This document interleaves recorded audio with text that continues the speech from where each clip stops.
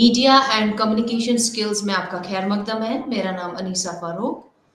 आज हम ब्लॉक 1 जिसका अनवान है इंट्रोडक्शन टू मास मीडिया, जिसमें हम आज यूनिट 3 और यूनिट 4 को डिस्कस करने जा रहे हैं।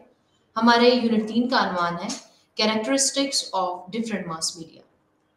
इस यूनिट का साखत कुछ इस तरह है।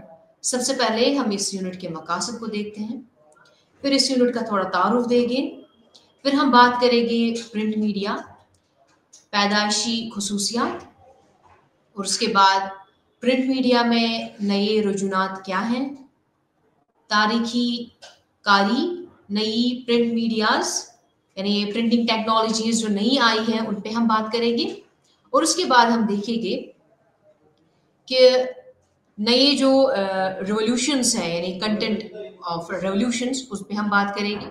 फिर हम बात करेंगे मवाद में इनकलाब की ज़रूरत, पेशा वाराना घुटन जिसको हम सफोकेशन कहते हैं। उसके बाद हम बात करेंगे इलेक्ट्रॉनिक मीडिया। इलेक्ट्रॉनिक मीडिया के बाद हम तफसील से इसको डिस्कस करेंगे कि रेडियो की जो खसूसियात हैं वो क्या है, टेलीविज़न पैदाइश और खसूसियात, टेलीविज़न की खसूसियात क्या हैं, और उसके बाद हम देखेंगे फ़िल्म की खसूसियात, और इंटरनेट या साइबर मीडिया, इस पे भी हम तफसील से बात करेंगे, जिसमें हम देखेंगे ब्लॉग्स, वेब ब्लॉग्स, उस पर भी हम बात करेंगे। फिर हम देखेंगे वर्ल्ड वाइड वेब जो है उसकी डेफिनेशन, उसको हम तफसील से पढ़ेंगे, और आखिरकार हम इस यूनिट का खुलासा करेंगे। तो सबसे पहले आते हैं इस यूनिट के मकासद पर। इस यूनिट में हमारा ये एम है कि हम जो मास मीडिया है, मास मीडिया की जो कैरेक्टरिस्टिक्स हैं उसको हम देखेंगे। मास मीडिया की जो मेन कैटेगरीज हैं यानी जो इकसाम है मास मीडिया के, उनको हम तफसील से पढ़ेंगे, और उनकी खसूसियात को भी हम देखेंगे इस यूनिट में। इसमें हम प्रिंट, रेडियो, टीवी, फिल्म्स, इन सब को डिस्कस करेंगे, इन सब को तफसील से पढ़ेंगे और उनकी खसूसियात को भी हम जानेंगे। फिर हम देखेंगे हम शॉर्ट में इसको डिस्कस करेंगे यानी इंटरनेट क्या है, साइबर मीडिया क्या है। इंटरनेट और साइबर मीडिया को हम ब्लॉक 4 में हम तफसील से इसको डिस्कस करेंगे, इसके बारे में हम तफसील से जानेंगे। लेकिन यहाँ पर इस यूनिट में हम खाली थोड़ा सा एक ब्रीफ इंट्रोडक्शन देंगे इंटरनेट का, वेब मीडिया का, ब्लॉग्स का।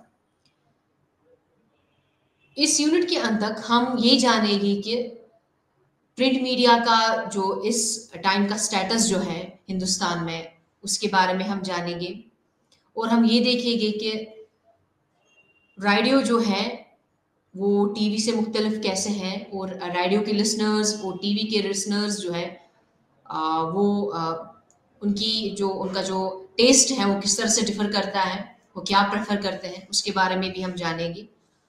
और ये भी हम देखेंगे कि रेडियो, टीवी, फिल्म्स के मुनफरद अमल को बयान करेंगे हम इस यूनिट में, और रेडियो, टीवी और फिल्म के सामीन के इस्तिकबाल की मुनफरद नफ्सियात की निशानदी करेंगे।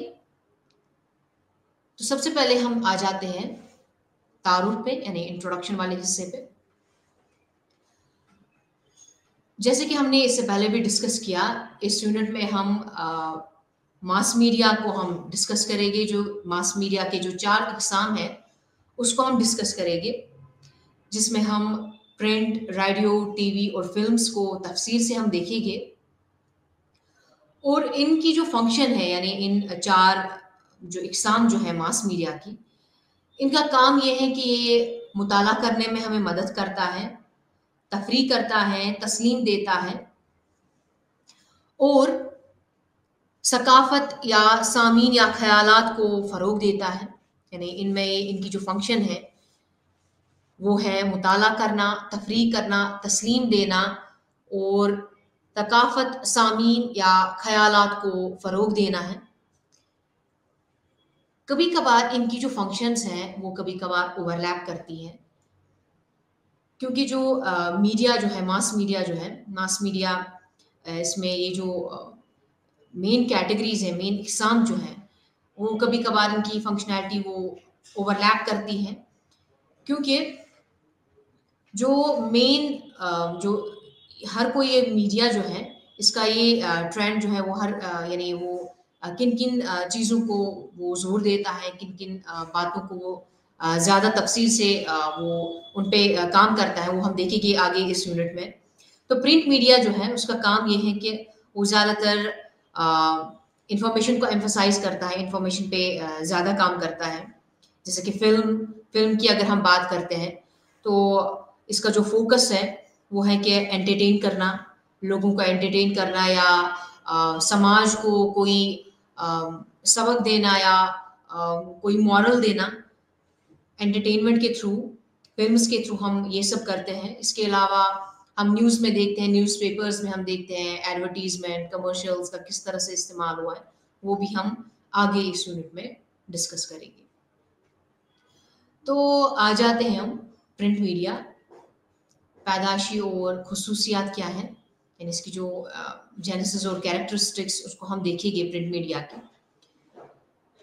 प्रिंट मीडिया की अगर हम बात करते हैं, प्रिंट मीडिया में न्यूज़पेपर आते हैं, मैगजीन्स आते हैं, trade journals, text books, posters, leaflets, direct mail literature, printed material, graphics, ये सब जो है ये कुछ एग्जाम्पल्स हैं प्रिंट मीडिया की।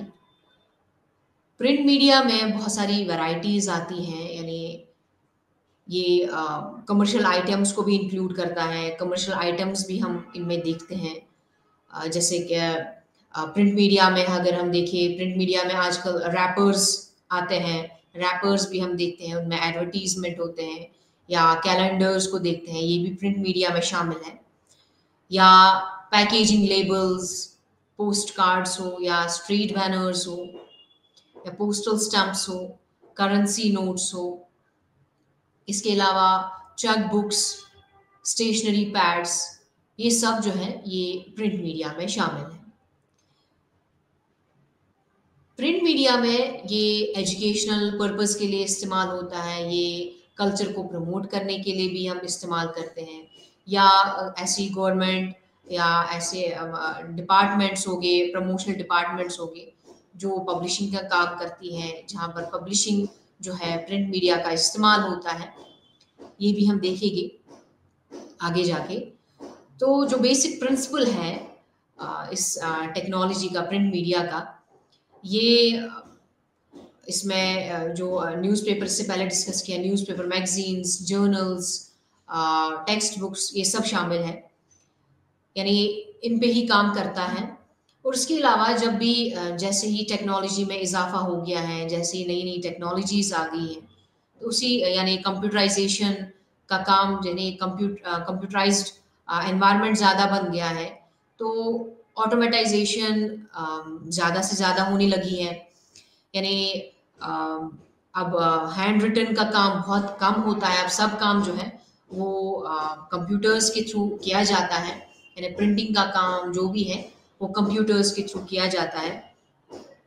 इसमें मल्टी कलर्ड स्कैनिंग आजकल आई है, या ऑफसेट प्रिंटर्स भी नई टेक्नोलॉजीज में शामिल है, या इमेज मैनिपुलेशन जो वर्ड प्रोसेसिंग की करती है, तो वो भी इसमें शामिल है।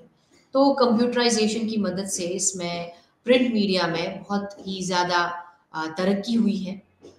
अगर हम देखेंगे ओल्डन टाइम्स में प्रिंट मीडिया जो है वो इतनी तरक्की नहीं थी जितनी अभी देखने को मिलती है, यानी जितना कंप्यूटराइज्ड ये सब हो चुका है, तो वो ये सब जो है प्रिंट मीडिया ये काफ़ी कैची हो गया है, यूज़र भी इसके बहुत ज़्यादा बढ़ गए हैं, ये काफ़ी ये वाइड रीच है इसका, तो इसकी मदद से काफ़ी इजाफा हो गया है, यानी लोगों तक ज़्यादा से ज़्यादा पहुंचने लगा है।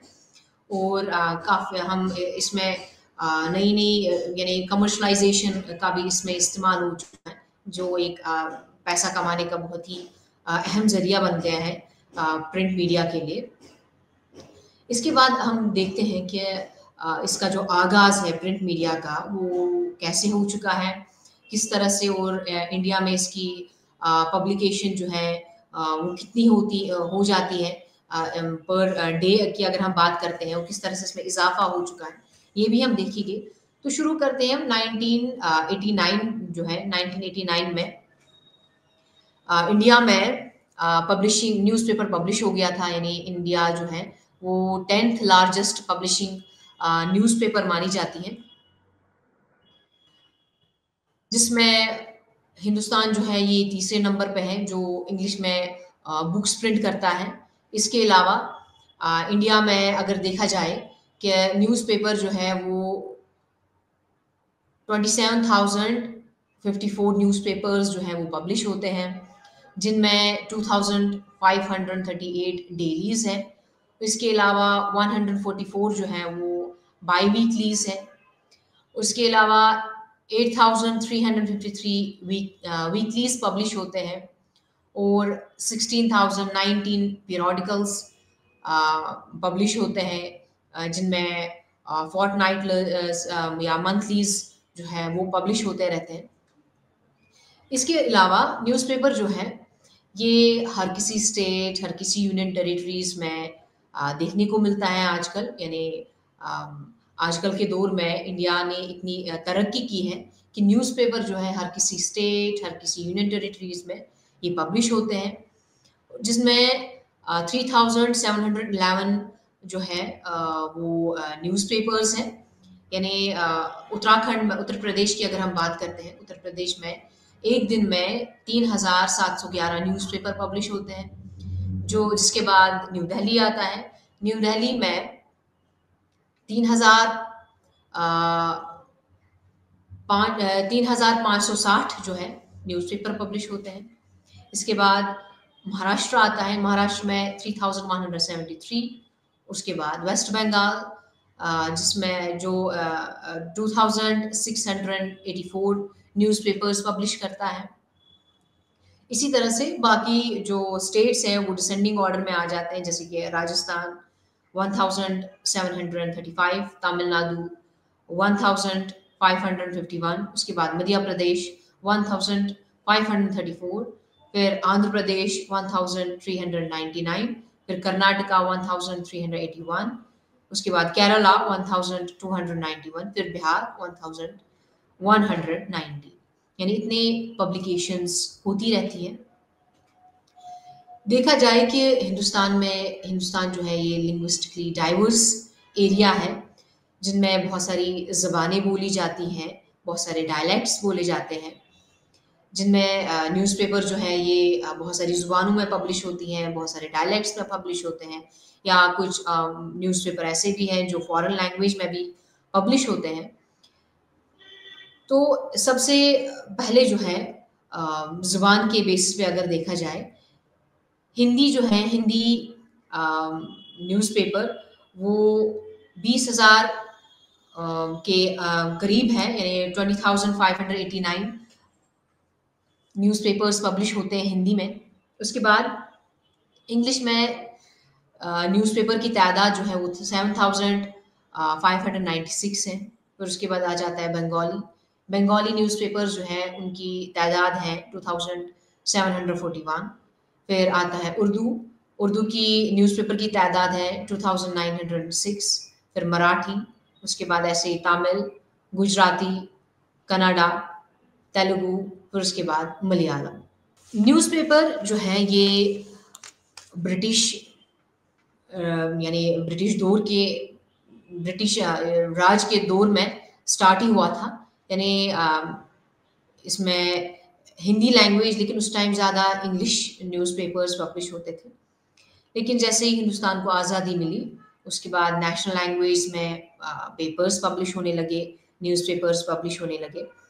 यानी इंग्लिश की जो यानी उसकी जो डिमांड थी वो कम होने लगी, क्योंकि जैसे ही हिंदी लैंग्वेज जो है नेशनल लैंग्वेज बन गई, तो उसके बाद हिंदी का जो देखा गया कि हिंदी न्यूज़पेपर्स जो है वो ज़्यादा देखने को मिले। उनकी रेंज जो है 20,589 है। तो इंग्लिश न्यूज़पेपर्स की तादाद जो है वो कम होने लगी।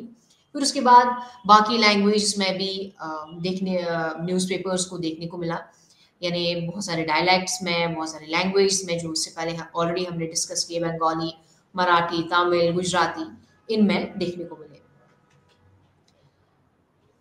क्योंकि हिंदुस्तान में देखा गया कि न्यूज़पेपर का बहुत ही ज़्यादा अ, इसका जो ज़्यादा चर्चा है एज़ कम्पेयर, अगर हम उसको देखें कि फॉरेन कंट्रीज़ में, वहाँ पर ज़्यादा टीवीज़ चलते हैं, यानी टेलीविज़न का वहाँ पर ज़्यादा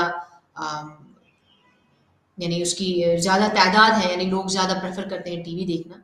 लेकिन इंडिया में देखा जाए कि यहाँ पर न्यूज़पेपर्स जो हैं वो ज़्यादा पब्लिश होते हैं एज़ कम्पेयर्ड, अगर हम अमेरिका के साथ उसको कंपेयर करेंगे, वहाँ पर न्यूज़पेपर्स बहुत कम पब्लिश होते हैं एज़ कम्पेयर टू इंडिया।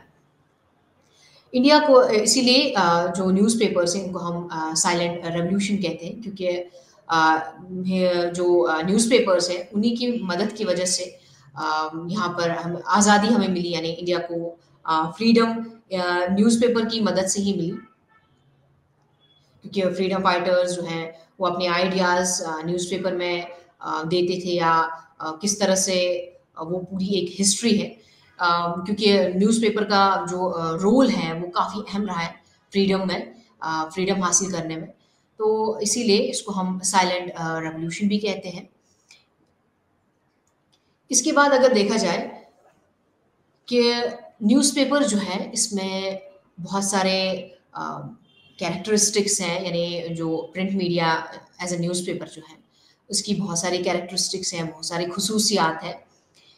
ये किसी भी न्यूज़ को इन डेप्थ यानी डीपली स्टडी करता है, या डीपली इनको लोगों के साथ पेश करता है, यानी लोगों को दिखाता है कि किसी भी न्यूज़ को पूरी तरह से एक्सप्लोर करता है, उस पे काफ़ी रिसर्च की जाती है, उसके बाद न्यूज़पेपर में उस न्यूज़ को दिया जाता है। एज़ कम्पेयर अगर हम दूसरी मीडियाज़ की बात करते हैं, दूसरी मास मीडिया की, चाहे रेडियो हो, टेलीविज़न हो, वहाँ पर इतनी इन डेप्थ न्यूज़ नहीं लिखी जाती है, इन डेप्थ न्यूज़ नहीं कही जाती है। यहाँ पर न्यूज़पेपर में ये एक इम्पॉर्टेंट कैरेक्टरिस्टिक्स है। और इसके अलावा ये भी कैरेक्टरिस्टिक है कि न्यूज़पेपर को कहीं पर भी पढ़ा जा सकता है, पब्लिक प्लेस में, प्राइवेट स्पेस में इसको पढ़ा जा सकता है। इसको तफ़सीर से जितना भी एक बंदा कोशिश करता है कि किसी भी न्यूज़ के बारे में जानना, उसको पूरी तफ़सीर के साथ उसको पढ़ सकता है और कभी कहीं पर भी पढ़ सकता है। लेकिन इसकी लिमिटेशन ये है कि इसके जो यूज़र्स हैं, न्यूज़पेपर के यूज़र्स बहुत कम हैं इंडिया में, क्योंकि यहाँ पर लिटरेसी रेट जो है वो बहुत कम है एज़ कम्पेयर टू, अगर हम बाकी कंट्रीज़ के साथ इनको कंपेयर करेंगे, तो इनकी लिटरेसी रेट बहुत कम है। तो लिटरेसी रेट की वजह से इसके जो यूज़र्स हैं, वो बाकी मास मीडिया से बहुत ही कम है। न्यूज़पेपर में इसके अलावा न्यूज़पेपर में हम देखा जाए कि न्यूज़पेपर में फीडबैक इंटरव्यूज़ लिखे जाते हैं, इनमें स्पेशल आर्टिकल्स लिखे जाते हैं, साइंटिफिक रिपोर्ट्स लिखे जाते हैं, या स्पोर्ट्स या बिजनेस रिपोर्ट्स लिखे जाते हैं। इनमें कॉलम रिव्यूज़ होते हैं, स्पेशल सेक्शंस होता है जिसके लिए स्पोर्ट्स या बिजनेस के लिए स्पेशल सेक्शन होता है, जिनमें स्पोर्ट्स न्यूज़, बिजनेस न्यूज़ लिखी जाती है। इसके अलावा मैं कॉलम्स में बुक्स के कॉलम्स होते हैं, या फ़िल्म्स के, मीडिया के, या किसी भी आर्ट के कॉलम्स देखने को मिलते हैं। इसके अलावा इसके बाद हम देखते हैं कि इसमें ह्यूमर भी देखने को मिलता है, humorous articles, fun, comics, satire, ये भी देखने को मिलते हैं। लेकिन मेन वीकनेस जो है प्रिंट मीडिया की यही है कि इसमें रीडर्स जो हैं वो इलिटरेट होने चाहिए। तो इलिटरेट के लिए ये काफ़ी ये उनके लिए ये मीडिया ठीक नहीं है। उनके लिए वो टीवी प्रेफ़र करते हैं, वो रेडियो प्रेफ़र करते हैं न्यूज़ को सुनने के लिए। तो ये एक मेजर ड्रॉबैक है, यानी लिमिटेशंस है प्रिंटेड मीडिया की। इसके बाद जो एक और लिमिटेशन ये है कि न्यूज़पेपर्स और मैगज़ीन्स जो हैं ये दिन ब दिन कॉस्टली बनते जा रहे हैं, जो लोगों के लिए काफ़ी यानी परचेज़ करना मुश्किल हो जाता है। तो ये भी एक ड्रॉबैक है प्रिंट मीडिया का। इसके अलावा जिससे पहले हमने डिस्कस किया कि यूएस में अगर देखा जाए, यूनाइटेड स्टेट्स में अगर देखा जाए कि वहाँ पर प्रिंट मीडिया का रोल बहुत कम है एज़ कम्पेयर टू इंडिया की। अगर हम बात करते हैं, यहाँ पर प्रिंट मीडिया बहुत चलता है अगरचे इनके यूज़र्स कम है लेकिन प्रिंट मीडिया यहाँ पर बहुत ज़्यादा चलता है। वहाँ पर यूनाइटेड स्टेट्स में टीवीज़ ज़्यादा टीवीज़ इस्तेमाल करते हैं न्यूज़ के लिए, एंटरटेनमेंट पर्पज़ के लिए एज़ कम्पेयर टू न्यूज़पेपर्स। तो इसके अलावा हम देखेंगे प्रिंट मीडिया में नए रुझानात क्या हैं, यानी जो न्यू ट्रेंड्स जो हैं प्रिंट मीडिया में वो क्या है। सबसे पहले कमर्शलाइजेशन और उसके बाद न्यू प्रिंटिंग टेक्नोलॉजीज। ये मेन ट्रेंड्स जो हैं मीडिया के, यानी प्रिंट मीडिया के जो ये मेन ट्रेंड्स हैं। इसके अलावा कंटेंट रेवोल्यूशन है, प्रोफेशनल सफोकेशंस हैं, ये भी हम देखेंगे, इनको भी हम तफसील से पढ़ेंगे। तो प्रिंट मीडिया जो है इसका जो ज़्यादा इसका बोलबाला जो है वो इंडिपेंडेंस के बाद इसका ज़्यादा बोलबाला हो चुका है, यानी जैसे प्रिंटेड टेक्नोलॉजीज़ की मदद से ज़्यादा से ज़्यादा जो पेपर्स हैं, न्यूज़पेपर्स जो हैं वो पब्लिश होने लगे, वो प्रिंट होने लगे। इनकी जो रोल है, फंक्शन जो है वो इंडिपेंडेंस के बाद जो है प्रिंट मीडिया का बढ़ गया, क्योंकि ये एक मेन रीज़न रहा फ्रीडम लेने के लिए, यानी ब्रिटिशर्स से आज़ादी लेने के लिए। तो एक इसका बहुत ही इम्पोर्टेंट रोल रहा। तो आफ्टर इंडिपेंडेंस के बाद इसका एक इम्पॉर्टेंट रोल रहा है इंडिया में। तो इसकी जो जैसी प्रिंटेड टेक्नोलॉजीज़ जो हैं, टेक्नोलॉजीज़ जैसी जैसी बढ़ती गई, तो प्रिंटेड मीडिया में भी इसमें भी जो है इसमें भी राइटिंग स्टाइल है, प्रेजेंटेशन स्टाइल है, वो भी बदलता गया। इसके अलावा जो नई टेक्नोलॉजीज़ हैं, जो प्रिंटिंग टेक्नोलॉजीज़ हैं, प्रिंटिंग टेक्नोलॉजीज़ की मदद से कमर्शलाइजेशन यानी तिजारती कारी में काफ़ी इजाफा हो गया, क्योंकि न्यूज़पेपर जो है ये एक मेजर सोर्स बन गया लोगों तक इंफॉर्मेशन पहुंचाने के लिए, लोगों तक नॉलेज पहुंचाने के लिए। एक इम्पॉर्टेंट अहम रोल रहा है इसका। तो जो बिजनेस सेक्टर्स हैं उन्होंने क्या किया, उन्होंने इसको कमर्शियल पर्पस के लिए इस्तेमाल किया। उन्होंने इसको एक एडवर्टीजमेंट के लिए इस्तेमाल किया, लोगों तक अपनी बात पहुंचाई, लोगों तक जो चीज़ों की एडवर्टीजमेंट के लिए इस्तेमाल किया उसको। तो जर्नलिज्म का बहुत ही ज़्यादा रोल रहा है, यानी कमर्शलाइजेशन पर्पस के लिए, यानी कमर्शलाइजेशन पर्पस जो है ये ज़्यादा से ज़्यादा बढ़ गया जैसे ही नई नई टेक्नोलॉजीज़ प्रिंट मीडिया में देखने को मिली। तो वैसे ही इसका जो रोल है वो बढ़ता गया। इसके बाद जो प्रिंटिंग टेक्नोलॉजीज़ हैं, प्रिंटिंग टेक्नोलॉजीज़ की मदद से न्यूज़पेपर में क्या-क्या चेंजेस आने लगी। इसमें जैसे कि हर कोई सेक्टर जो है, अगर हम न्यूज़ पेपर की अगर हम बात करें, न्यूज़ की अगर हम बात करते हैं, तो हर सेक्टर में हर डिपार्टमेंट में डिफरेंट टेक्नोलॉजीज़ का इस्तेमाल होता है। यानी जो एक डिपार्टमेंट से दूसरे डिपार्टमेंट में यानी मुख्तलिफ टेक्नोलॉजीज़ इस्तेमाल होती है। यानी जो बड़ी-बड़ी ऑर्गेनाइज़ेशंस हैं, वो आजकल कंप्यूटर्स का इस्तेमाल करते हैं न्यूज़ को प्रिंट करने के लिए, न्यूज़ को पब्लिश करने के लिए कंप्यूटर्स का इस्तेमाल करते हैं। वीडियो टर्मिनल्स का इस्तेमाल किया जाता है। यानी अब जो जितनी ही ज़्यादा टेक्नोलॉजीज़ इंक्रीज़ हो गई है, तो लोगों तक जो है वो बात जल्दी पहुँच जाती है, इन्फॉर्मेशन जो है वो स्प्रेड हो जाती है, वो न्यूज़ जो है वो वाइडली स्प्रेड हो जाती है। जैसे ही प्रिंट मीडिया में इस प्रिंट मीडिया की टेक्नोलॉजीज़ इसमें जितनी इज़ाफ़ा हो चुका है, तो इसमें भी जो है स्प्रेड जो है, न्यूज़ की स्प्रेड जो है वो काफ़ी ज़्यादा देखने को मिलती है। और जैसे ही टेक्नोलॉजीज़ बढ़ती गई, तो प्रिंटिंग मीडिया में, प्रिंटेड न्यूज़पेपर्स में, इनमें काफ़ी लेआउट में चेंजेस आने लगी, डिज़ाइन में चेंज आने लगी, typographical style creative typographical style इस्तेमाल करने लगे। जैसे अगर हम देखें कि टाइम्स ऑफ इंडिया या इंडिया टुडे अगर हम उनको देखेंगे, तो काफ़ी कैची हैं, काफ़ी प्लीज़िंग होते हैं इनको पढ़ना, यानी रीडर के लिए काफ़ी प्लीज़िंग होता है इस तरीके के न्यूज़पेपर पढ़ना, क्योंकि ये काफ़ी लेआउट्स का इस्तेमाल करते हैं, टेम्पलेट्स का इस्तेमाल करते हैं, टाइपोग्राफिकल क्रिएटिविटी का इस्तेमाल करते हैं। इसके बाद जो कंटेंट रेवोल्यूशन जो है, कंटेंट रेवोल्यूशन आने लगा, यानी प्रोफेशनलिज्म जो है वो सब्स्टिट्यूट होने लगा।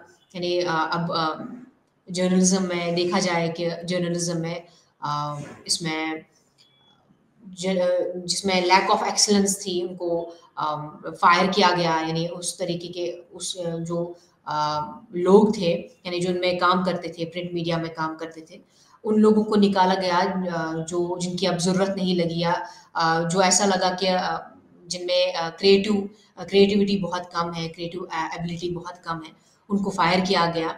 उसके बदले कंप्यूटर्स का इस्तेमाल किया किया जाने लगा।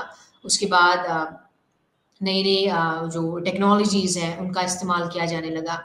उसके बाद जो यानी जैसे ही देखा जाए कि जो न्यूज़पेपर्स हैं, न्यूज़पेपर्स में ज़्यादा से ज़्यादा यानी लेआउट्स, डिज़ाइन, टाइपोग्राफिकल क्रिएटिविटी, इन सब का इस्तेमाल होने लगा। तो जो बाकी आउटडेटेड प्रोफेशनल्स थे, उनको फायर किया गया, यानी उनको निकाला गया।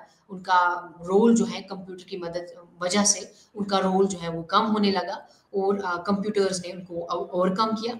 और अब कंप्यूटर की यानी टेक्नोलॉजी की मदद से प्रिंट मीडिया जो है इसमें काफ़ी इजाफा हो गया। लेकिन जो लोग इनमें काम करते थे, यानी जो आउटडेटेड जिसको हम कहेंगे, उनको फायर किया गया। उनका जो रोल बहुत कम था, उनको फायर किया गया। अब हम देखते हैं इलेक्ट्रॉनिक मीडिया। इलेक्ट्रॉनिक मीडिया जो है, प्रिंट मीडिया जो है, ये पुराना अ, पुराना मास मीडिया है।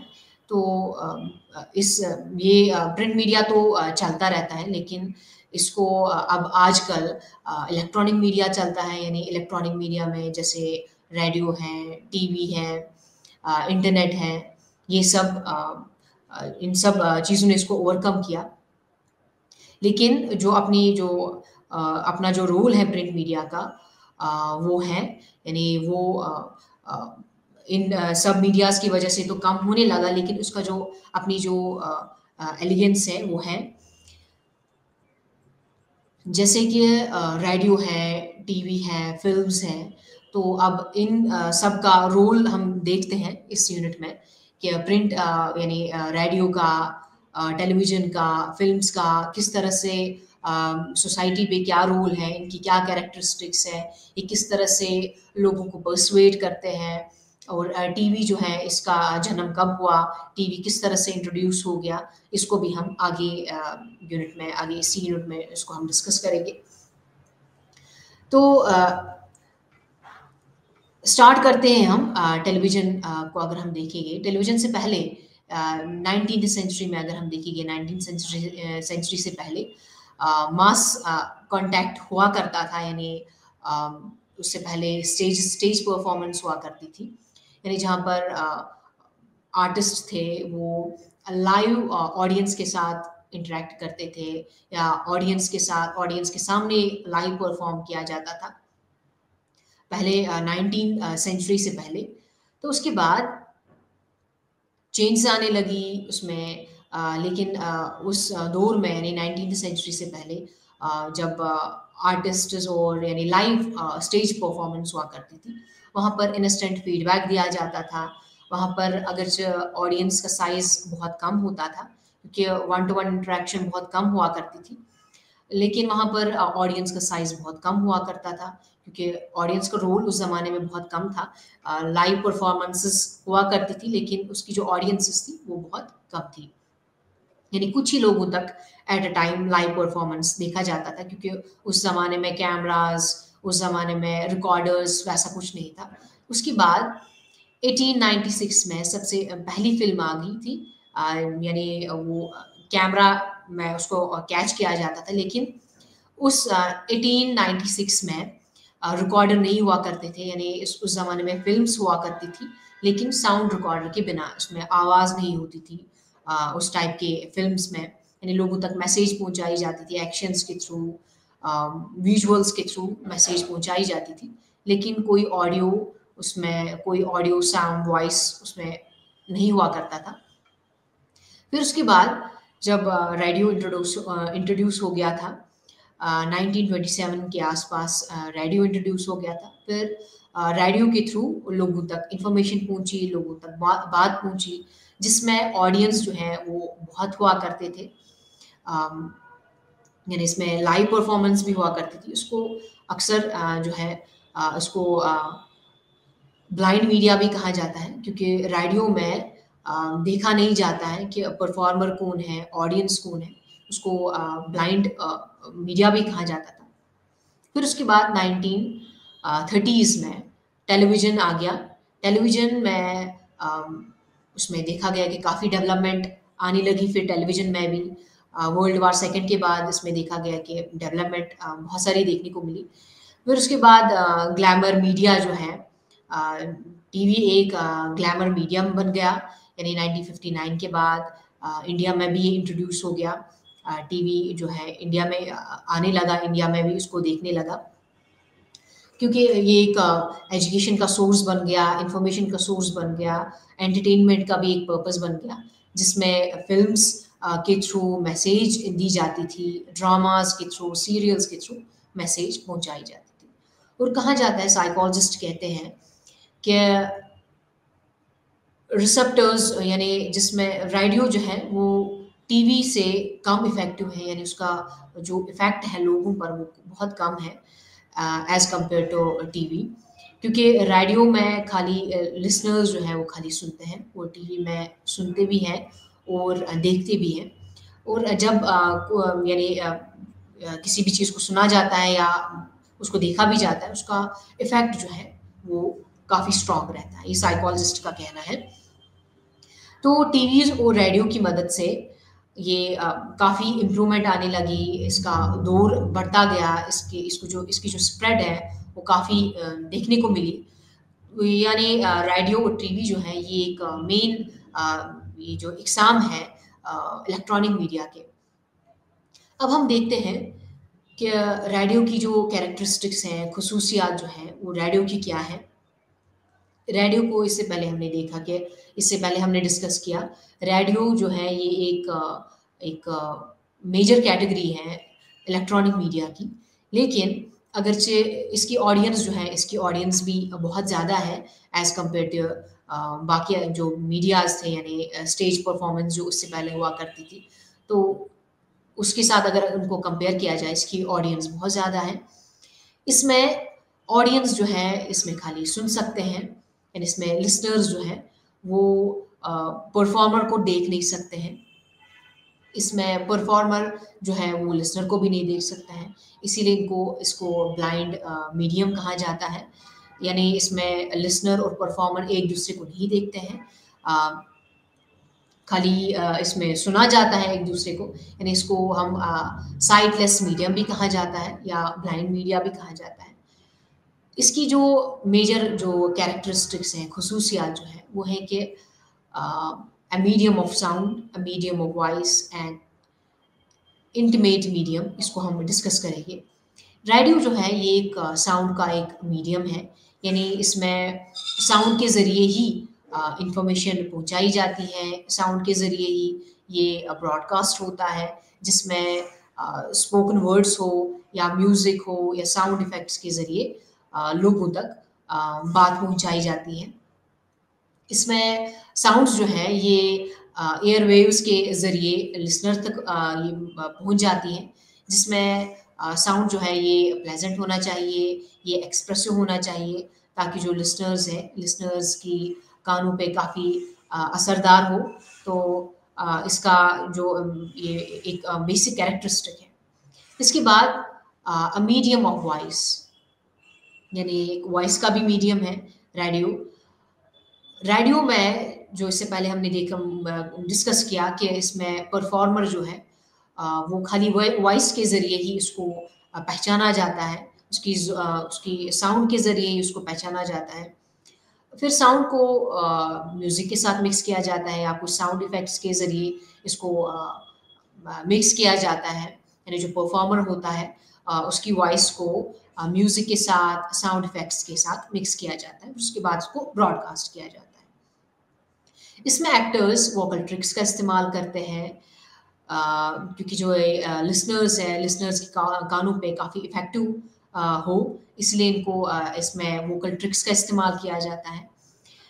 इसमें जो एक्टर्स हैं यानी जो परफॉर्मर्स हैं रेडियो के, वो उनके लिए खाली एक ही ज़रिया होता है अपनी इमोशंस को एक्सप्रेस करने का ज़रिया, या खाली एक ही ज़रिया होता है, वो साउंड है। यानी वो साउंड के ज़रिए ही अपनी इमोशंस को एक्सप्रेस कर सकते हैं, प्लेजर दिखा सकते हैं, लाफ्टर या कोई भी इमोशन वो वॉइस के ज़रिए ही दिखा सकते हैं, क्योंकि इसमें विजुअल्स तो रेडियो में इस्तेमाल नहीं होते, इसमें बॉडी लैंग्वेज हम नहीं देख सकते हैं, इसमें एक्सप्रेशंस नहीं देखा जाता।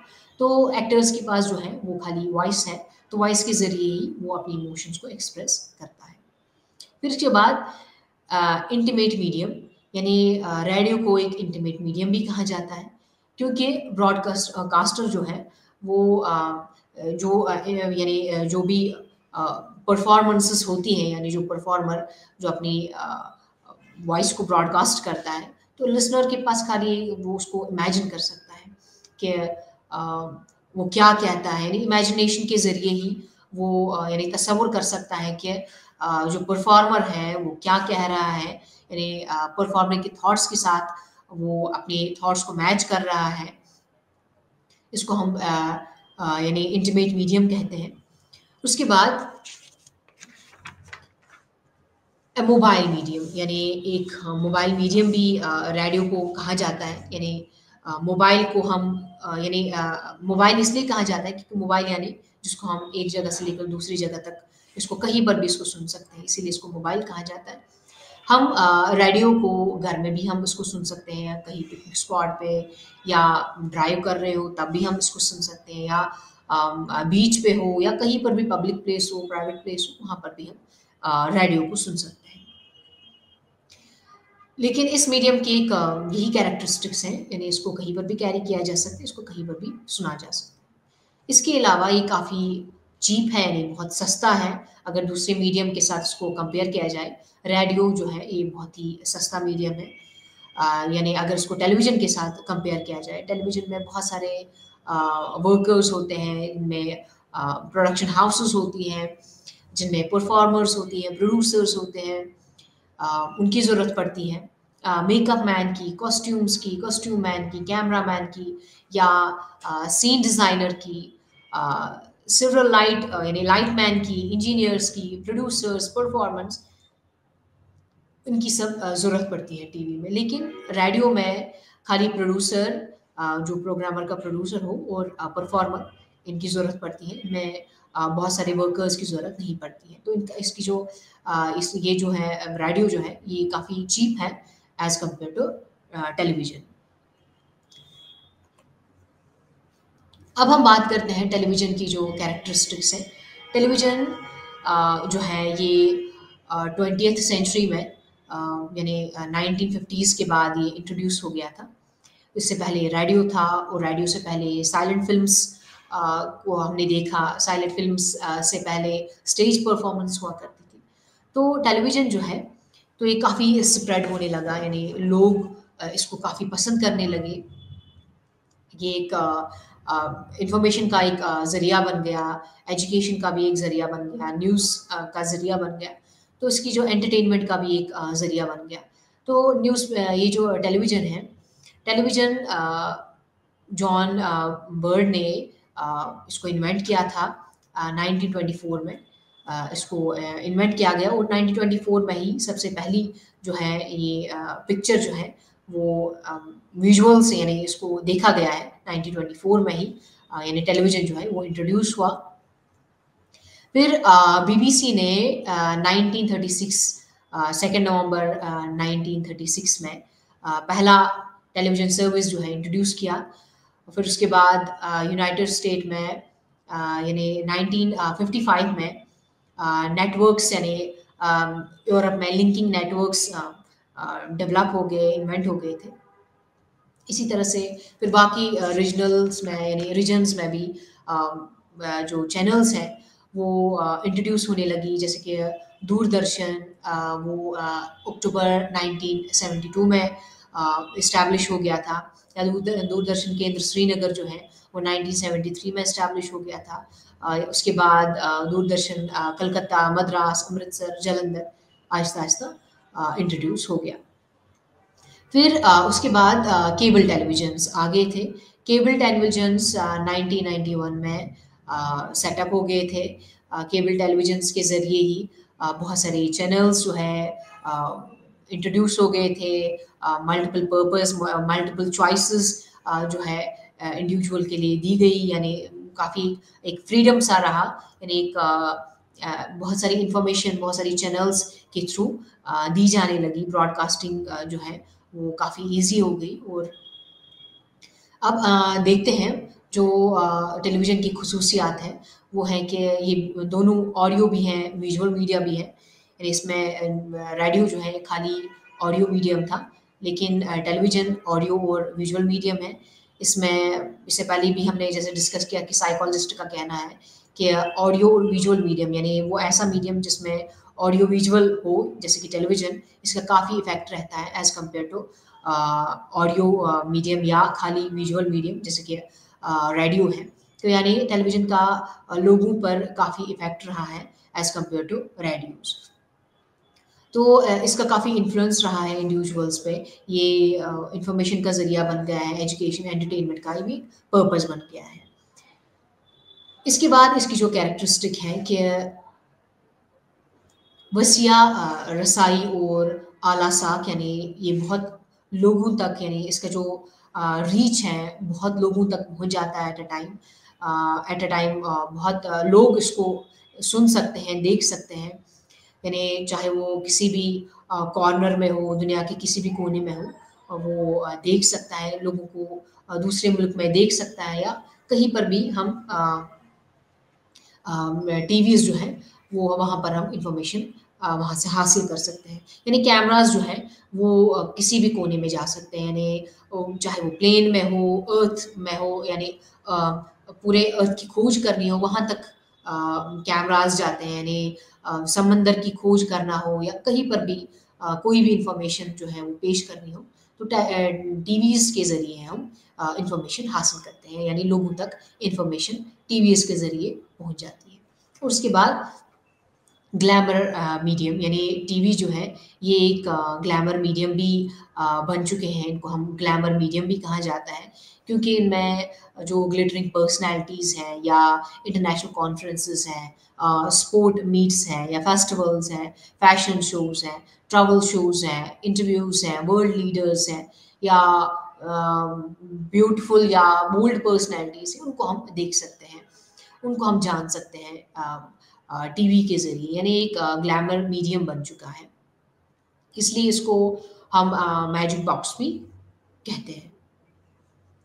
इसके बाद जो टीवी है ये एक क्लोज़अप का भी मीडियम है, यानी इसमें टीवी के ज़रिए कैमराज़ में छोटे-छोटे एक्सप्रेशंस कैप्चर किए जाते हैं।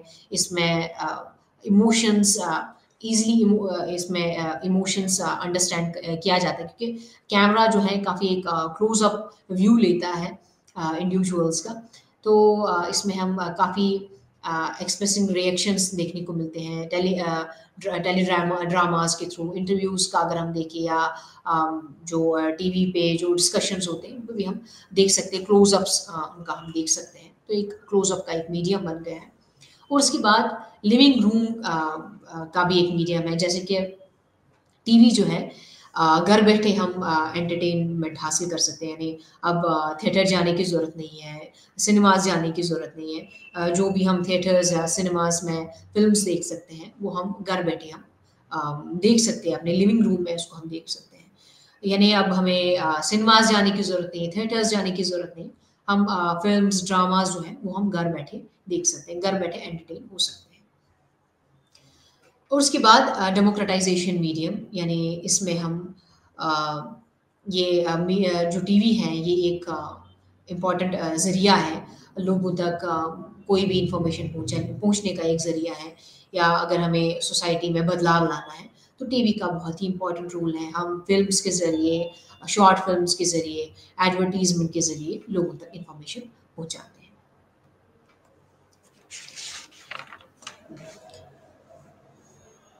अब हम देखते हैं फ़िल्म्स की क्या-क्या कैरेक्टरिस्टिक्स हैं। फ़िल्म्स जो है अ, फ़िल्म्स जो एक मैकेनिकल मीडियम है, तो जिसमें cameras, microphones, dubbing machines, editing, cutting machines, cameras, projections, mixers, sound tracks, trolleys जिन पर कैमराज़ माउंट किए जाते हैं या लैबोरेटरी इक्विपमेंट्स का इस्तेमाल किया जाता है। यानी ये सब जो है ये सब मैकेनिकल डिवाइसेज़ जो हैं ये फ़िल्म्स के दौरान इस्तेमाल की जाती हैं, जिनमें आर्टिस्ट हो जो आर्टिस्ट और टेक्निकल पीपल के दरमियान जो है इन चीज़ों का इस्तेमाल किया जाता है। यानी आर्टिस्ट को उसको कैप्चर करने के लिए उसको शूट करने के लिए ये सब इस्तेमाल किया जाता है। इसके अलावा आर्टिस्ट जो है आर्टिस्ट में एक्टर्स आते हैं, आर्टिस्ट में डायरेक्टर्स, कस्ट्यूमर्स या मेकअप आर्टिस्ट जो है वो सब आर्टिस्ट में शामिल है।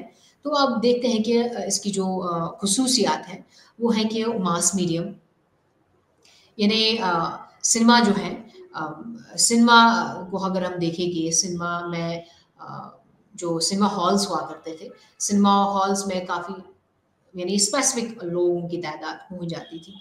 लेकिन अगर हम देखें कि फ़िल्म्स को अगर हम आज टीवीज़ में देखते हैं उनकी जो अगर हम यानी किसी चैनल पे अगर हम देखते हैं फ़िल्म्स को अगर हम देखते हैं, तो एट अ टाइम बहुत सारी ऑडियंस जो है एट अ टाइम उसको देख सकती है। अगर हम बात करते हैं सिनेमाज़ की, सिनेमाज़ में खाली उतने लोग पहुँच सकते हैं जितनी सिनेमा की स्पेस हो सकती है। लेकिन टीवीज़ को एट अ टाइम बहुत सारे millions of users at a time उनको देख सकते हैं। इसके बाद मैकेनिकली रिप्रोडक्टिबल यानी इसको हम जो है फ़िल्म्स को अगर देखा जाए कि एक इसको बार-बार देखने की एक देखना का एक ज़रिया है यानी इसको हम रिपीटेडली देख सकते हैं। मीडिया फ़िल्म्स को अगर हम देखा जाए इसकी जो ये कैरेक्टरिस्टिक्स है आजकल की नई टेक्नोलॉज़ीज़ की मदद से, तो खाली सिनेमाज़ में ये फ़िल्म्स को हम नहीं देख सकते, हम टीवीज़ के ज़रिए, हम इंटरनेट के ज़रिए हम फ़िल्म्स को देख सकते हैं और रिपीटेडली इनको हम देख सकते हैं, घर बैठे इनको देख सकते हैं। इसके बाद कोलैबोरेटिव मीडियम यानी इसमें बहुत सारे मीडियम्स का इस्तेमाल होता है। इनमें बहुत सारे लोग कोलैबोरेशन में काम करते हैं जैसे कि dancers, writer, producer, director, actor या dance director, fight director, lightman ये सब एक साथ मिलकर काम करते हैं तभी जाके फ़िल्म जो है ये बन जाती है। उसके बाद art as a medium art भी एक यानी फ़िल्म जो है ये एक आर्ट है और उसको ये एक जैसे कि स्कल्पचर्स ड्रामा, पोएट्री ये एक मीडियम था, उसी तरह से फ़िल्म मेकिंग भी जो है ये भी एक आर्ट है। और उसके अलावा जो है एक मीडियम है डेवलपमेंट का मीडियम है और यानी डेवलपमेंट इससे हम सोसाइटी में काफ़ी डेवलपमेंट ला सकते हैं, लोगों की सोच में काफ़ी डेवलपमेंट ला सकते हैं। इसमें हम समाज को बदल सकते हैं, इनमें एक मॉरल मैसेज के ज़रिए समाज को बदल सकते हैं या किसी भी मुद्दे पे हम बात कर सकते हैं। फ़िल्म्स के ज़रिए इन सब जो है लोगों तक एट अ टाइम मैसेज पहुँच जाती है। इसके बाद हम देखते हैं इंटरनेट और साइबर मीडियम। इंटरनेट भी इंटरनेट का दौर अभी है, यानी इसको हम इस्तेमाल करते हैं, हर कोई शख्स जो है इंटरनेट इस्तेमाल करता है। इंटरनेट का किसको हम कहते हैं एक इंटरकनेक्टेड कंप्यूटर्स होते हैं, तो जो पैकेट्स यानी पैकेट स्विचिंग के ज़रिए ये काम करता है, ये आईपी प्रोटोकॉल की मदद से ये काम करता है। तो लोगों तक एट अ टाइम इन्फॉर्मेशन पहुँच जाती है। इसमें भी इसकी यूज़र्स जो हैं वो टीवी से भी बहुत ज़्यादा है। इसमें हम ब्लॉग्स का इस्तेमाल करते हैं, यानी ब्लॉग्स को हम लिखते हैं। ब्लॉग्स क्या होता है, इसमें एक पेजेस वेबसाइट्स होती हैं, यानी जिसमें इंडिविजुअल कोई भी इंफॉर्मेशन इसमें देता है या किसी भी डिस्क्रिप्शन ऑफ इवेंट हो सकती है, कमेंट्री हो सकती है, ग्राफिक्स हो सकता है, वीडियो हो सकता है, यानी इसमें कोई भी इंफॉर्मेशन हो सकती है, जिसमें ब्लॉगर एक जो यूज़र के लिए एक कमेंट बॉक्स रखता है, जिसमें वो कमेंट कर सकता है, उसके फीडबैक दे सकता है। और उसके अलावा ब्लॉग्स के अलावा अगर देखा जाए वर्ल्ड वाइड वेब यानी इसको कभी-कभार इंटरनेट के साथ भी इसको इस्तेमाल किया जाता है। लेकिन ये सिनोनिमस टर्म्स नहीं है। वर्ल्ड वाइड वेब जो है ये एक यानी इंटरकनेक्टेड और डॉक्यूमेंट्स होते हैं जो हाइपरलिंक के ज़रिए ही यानी यूआरएल्स के ज़रिए ही वेब सर्वर पर उसको लोगों के लिए ईज़ी हो जाता है उनको एक्सेस करना। तो ये HTTPs के थ्रू ये चलते हैं, यानी हाइपर टेक्स्ट ट्रांसफर प्रोटोकॉल के ज़रिए ही हम इनको एक्सेस कर सकते हैं। यानी इनका अपना एक यूआरएल होता है जिनके थ्रू यूज़र्स को एक्सेस कर सकते हैं। अब आ जाते हैं हम यूनिट 4 पे, writing for the mass media, जिसमें हम साख्त कुछ इस तरह है। सबसे पहले मकासद देखते हैं, फिर तारुफ, फिर प्रिंट के लिए लिखना, यानी प्रिंट मीडिया के लिए किस तरह से लिखा जाता है उस पर हम बात करेंगे, जिसमें हम इन्वर्टेड पैरामिड पे बात करेंगे, लेड क्या है, लेड पैराग्राफ क्या है उसको हम देखेंगे। डेवलपिंग स्टोरीज को किस तरह से डेवलप करनी है, यानी कहानी को किस तरह से तैयार किया जाता है उस पर हम बात करेंगे। नशरियात के लिए लिखना, टेलीविज़न के लिए लिखना, वेब के लिए लिखना, और आखिरकार हम इस यूनिट का खुलासा करते हैं। तो सबसे पहले हम आ जाते हैं इस यूनिट के मकासद पर। इस यूनिट पे हम देखेंगे कि मास मीडिया में किस तरह से राइटिंग की जाती है। मास मीडिया में राइटिंग जो है वो हर किसी मीडियम के लिए किस तरह से मुख्तलिफ है, वो हम देखेंगे इस यूनिट में। इस यूनिट में हम ये भी जानेंगे कि रेडियो की राइटिंग और न्यूज़पेपर की राइटिंग किस तरह से मुख्तलिफ है, उनमें क्या मुख्तलिफ खसूसियात हैं, और प्रिंट मीडिया यानी न्यूज़पेपर और टेलीविज़न की जो राइटिंग है वो किस तरह से मुख्तलिफ है। और ये भी देखेंगे कि टेलीविज़न की जो न्यूज़ रिपोर्टिंग है वो वेब राइटिंग से किस तरह से मुख्तलिफ है। तो इस यूनिट के तारों पे आ जाते हैं। इस यूनिट में हम देखेंगे कि जो स्टाइल्स इस्तेमाल किए जाते हैं, यानी जो राइटर्स हैं, यानी किसी भी मीडिया की जो राइटर हैं, वो डिफरेंट स्टाइल्स, मुख्तलिफ स्टाइल्स का इस्तेमाल करके वो मास मीडिया के लिए लिखते हैं। वो मास मीडिया के लिए चाहे न्यूज़ हो, इंफॉर्मेशन हो, उसको प्रोवाइड करते हैं, जिसमें एक यानी एक यूनिक स्टाइल होता है जो हर कोई प्रोफेशनल इस्तेमाल करता है, जिसमें सब्जेक्ट मैटर, यानी इसमें सब्जेक्ट मैटर होता है, पर्पस होता है, ऑडियंस, सर्क्यूमस्टेंस, राइटिंग की क्या सर्क्यूमस्टेंस हैं, उनको मद्देनज़र रख के किसी भी मीडिया के लिए लिखा जाता है। जैसे कि सब्जेक्ट मैटर को हम देखेंगे, यानी इसमें सबसे पहले देखना है कि जो मास मीडिया इस्तेमाल किया जाता है उसकी जो न्यूज़ स्टोरी वो किस तरह से लिखी जाती है, फीचर स्टोरी क्या है, एडवर्टीजमेंट, लेटर्स, एडिटोरियल, उनका राइटिंग स्टाइल क्या है, पैटर्न क्या है, तो उसको देखा जाता है। या उसका उसकी जो पर्पस है, यानी ऑडियंस कौन सी ऑडियंस है, पर्पस क्या है, एंटरटेनमेंट पर्पस के लिए है या इंफॉर्मेशन को प्रोवाइड करना है उस पर्पस के लिए लिखा जाता है।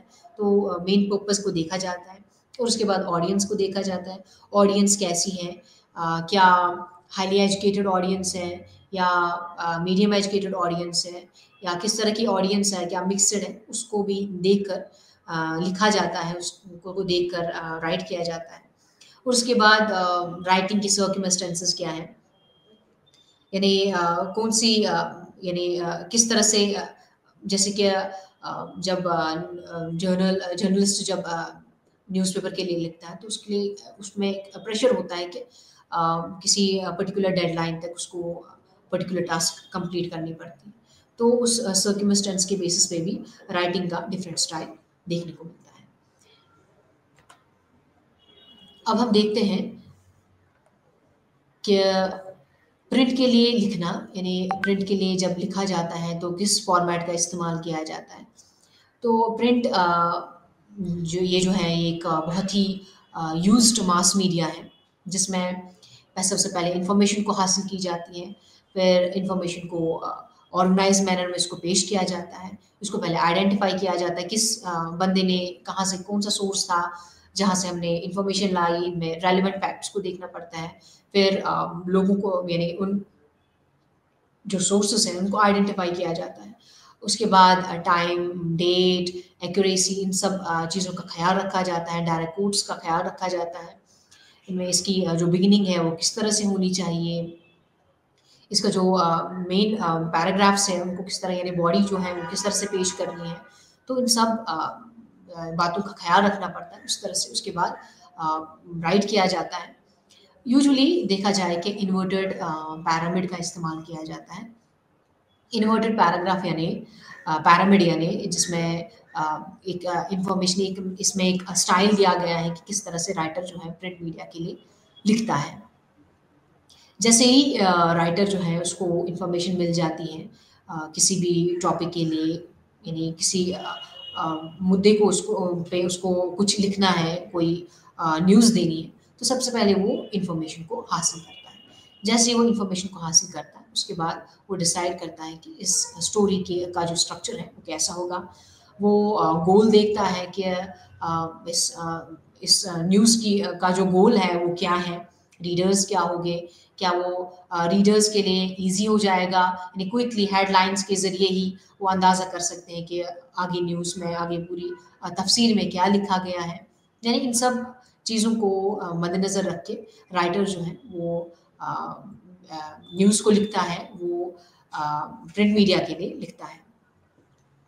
और उसके बाद लीड पैराग्राफ यानी इसमें एक इम्पॉर्टेंट पार्ट रहता है न्यूज़ का, न्यूज़ स्टोरी का, तो जिसमें रीडर जो है ये लीड पैराग्राफ के ज़रिए ही ये इन्फॉर्मेशन हासिल करता है, यानी क्विकली इन्फॉर्मेशन हासिल करता है कि आगे जो है पूरे टेक्स्ट में क्या लिखा गया है। लीड पैराग्राफ जो है काफ़ी कैची होना चाहिए, जो रीडर के लिए ईज़ी होगा उसको पढ़ना, उसको क्विकली उसको अंडरस्टैंड करना कि न्यूज़ जो है वो किस बारे में।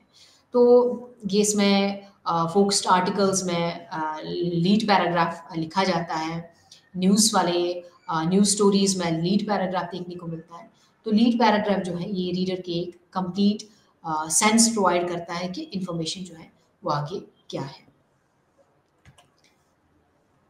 इसके बाद नशरियात के लिए लिखना, यानी ब्रॉडकास्टिंग के लिए किस तरह से लिखा जाता है।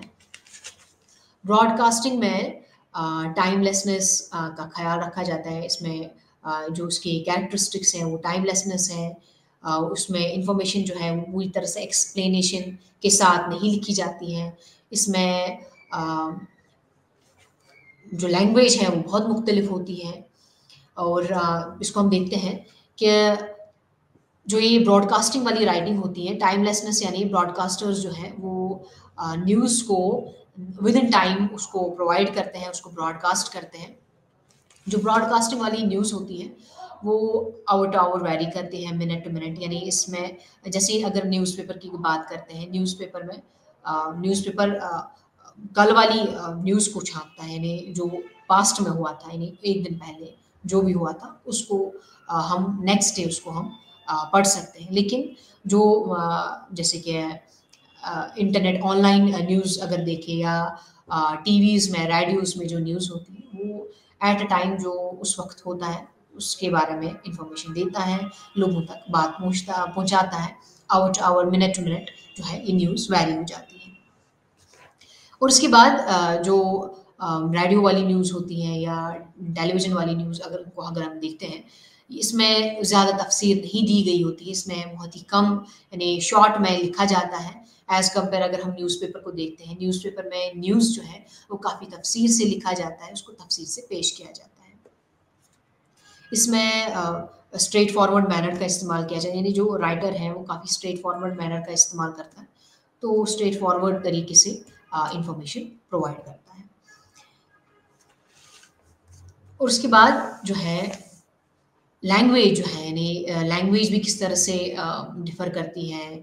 जब ज़ुबान में लिखा, यानी इसको लिखा जाता है, न्यूज़पेपर को लिखा जाता है, तो न्यूज़पेपर में लिमिट्स होते हैं कितने वर्ड्स का आर्टिकल हो सकता है।